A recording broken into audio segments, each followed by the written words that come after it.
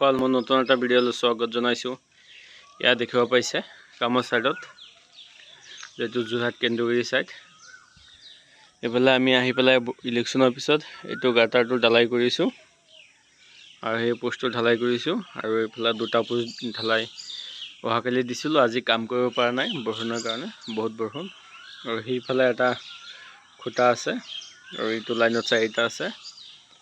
বাকী ইফালে আমি ঢালাই দি থৈছিলোঁ 5 ইঞ্চি গাঁথনিৰ ওপৰেদি খোজকাঢ়িব লাগে। এইটো 11 ফুট ওখ আছে, বহুত ভয় লাগে খোজকাঢ়িবলৈ, লাহে লাহে খোজকাঢ়িব লাগে।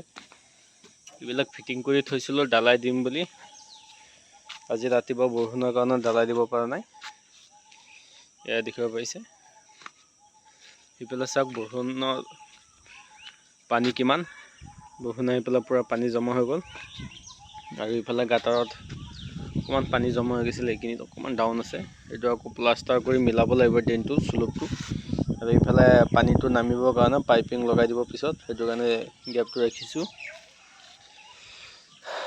এইটো হৈছে এটা বাথৰুম, এইটো বেডৰুম, এইটো এটা ৰাস্তা বাহিৰত ওলাবৰ কাৰণে। এইটো দেখিছে এটা, এইটো দুৱাৰ আছে। খালি বাহিৰত ওলাই এইফালে গৈ পেলাই ইয়াত মানে কাপোৰ চাপোৰ মেলিবলৈ দেখিছে ৰছী লগোৱা আছে। আৰু সেইটো দেখিছে মাজৰটো, সেইটো বেডৰুম আৰু এইটো হৈছে বাথৰুম। একেবাৰে যিটো মূৰত সেইটো দেখিছে, সেইটো কিচেন আৰু এইটো ডাইনিং। এইটো ৰুমটো হল ৰুম, মানে এইটো ডাঙৰ আছে। আৰু ইফালে আমি টেংকি বনালোঁ, লেট্ৰিনৰ টেংকি বনাইছোঁ, দেখিব পাৰিছে। আজি দিনটো কাম কৰিব পৰা নাই বৰষুণৰ কাৰণে। বতৰটো এতিয়াও দেখিছেনে কিমান ডাউন হৈ আছে। কাম নকৰিলে গাটো ভাল নালাগে, কামৰ মানুহটো। এইফালে এতিয়া গাঁথনি কৰিব লাগে। এইফালে এটা গাঁথনি আছে তলত দেখিছে, এইটো গেপটো গাঁথনি কৰিব লাগে। এইফালে গাঁথনি কৰিব লাগে, এইটো তলত গাঁথনি কৰিব লাগে, এই গেপটো গাঁথনি কৰিব লাগে। এতিয়া যেনেকৈ বৰষুণ আহি আছে কি যে হ'ব ভাবিব পৰা নাই। এনেকৈ বৰষুণ থাকিলে কাম কেনেকৈ কৰিম। কালি খুঁটাকেইটা ঢালাই কৰিলোঁ, তথাপিও প্ৰথম দিনৰ খুঁটা যেতিয়া ঢালাই কৰিম তেতিয়া পূৰা বৰষুণ।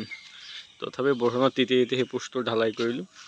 এতিয়া এইটো এটা আৰু এইটো, এই দুটা পোষ্ট ঢালাই কৰিব লাগে, আৰু মূৰত ঢালাই কৰিব লাগে। এই দুটা পিছত ঢালাই কৰিব। এতিয়া বৰষুণৰ কাৰণে কামেই কৰিব পৰা নাই। এইফালে এইটো ইয়াত ফ্ৰণ্টত এইটো গ্ৰিল লগাবলৈ বাকী আছে, এইটো বাৰাণ্ডা। ইফালে গাটাৰটো আমি দিব লাগে। এতিয়া অহাকালি দেখা যাব কি হয়। এইটো দেখিছে, এইটো গাটাৰটো আমাৰ দিব লাগে।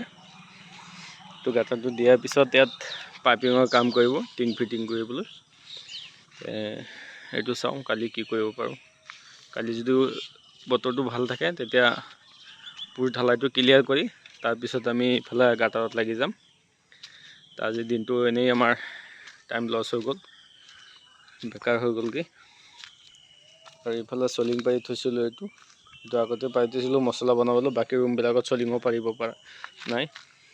এইটো টিংটো ফিটিং কৰিব পিছতহে আমাৰ ইয়াত প্লাষ্টাৰ কৰিব পাৰিম, কাৰণ এতিয়া বৰষুণৰ বতৰ। এনেকুৱা দিনত টিং ফিটিং নকৰাকৈ ইয়াত প্লাষ্টাৰ কৰিব নোৱাৰোঁ, চলিং পাৰিব নোৱাৰোঁ। এতিয়া আৰু এসপ্তাহ কাম আছে, তাৰপিছত মানে ইয়াত সামৰিব লাগিব। তাৰপিছত টিং ফিটিং কৰাৰ পিছতহে কাম কৰিব পাৰিম। এইবিলাক দেখিছে, আধা ৱাল গাঁঠি থৈ দিছোঁ। বৰষুণত কাম কৰিবলৈ মানে বহুত দিগদাৰী হয়।